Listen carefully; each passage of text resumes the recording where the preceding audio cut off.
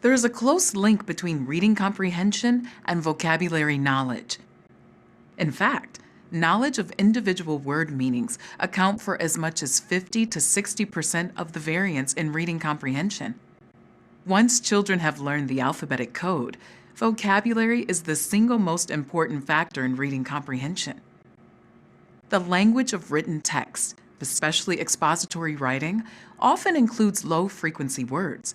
These words do not occur very often and are likely to be found only in text about a specific topic. Nevertheless, the ability to make sense of the passage depends almost entirely on knowledge of these few critical content-bearing words. Listen to the following fourth grade science text from Kenya's long dry season and see if you can identify the low-frequency words. For the past 3 seasons, the rains have failed to come to Kenya. The East African nation's grasslands are dried out. Bare, leafless trees dot the landscape.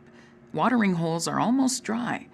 The drought has caused cattle to die and crops to shrivel.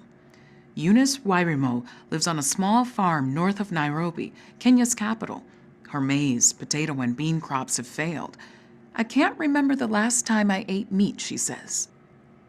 Students might be able to figure out unfamiliar terms like grasslands and watering holes from the context, but they would need prior knowledge of words like drought and maize to fully understand this passage.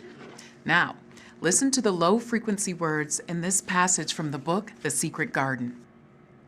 When she opened her eyes in the morning, it was because a young housemaid had come into her room to light the fire and was kneeling on the hearth rug, raking out the cinders noisily. Mary lay and watched her for a few moments and then began to look about the room. She had never seen a room at all like it and thought it curious and gloomy. The walls were covered with tapestry with a forest scene embroidered on it. There were fantastically dressed people under the trees, and in the distance there was a glimpse of the turrets of a castle.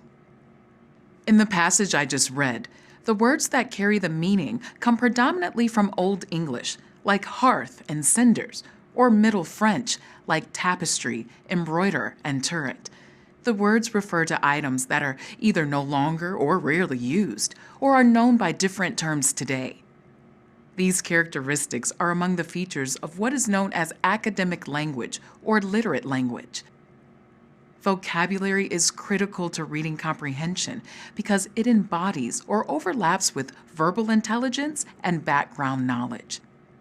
The ability to define words completely, out of context, and use them appropriately in context is the most used measure of verbal intelligence on traditional IQ tests. Vocabulary is also often used in research to estimate students' verbal intelligence because the correlations between vocabulary and other types of verbal reasoning tests are very high. Word knowledge tends to represent general knowledge. Imagine watching a dance competition without knowing a reel from a Roomba. You would simply react to how the dancers appeared to be performing without understanding what they were doing or on what elements their performances were being judged.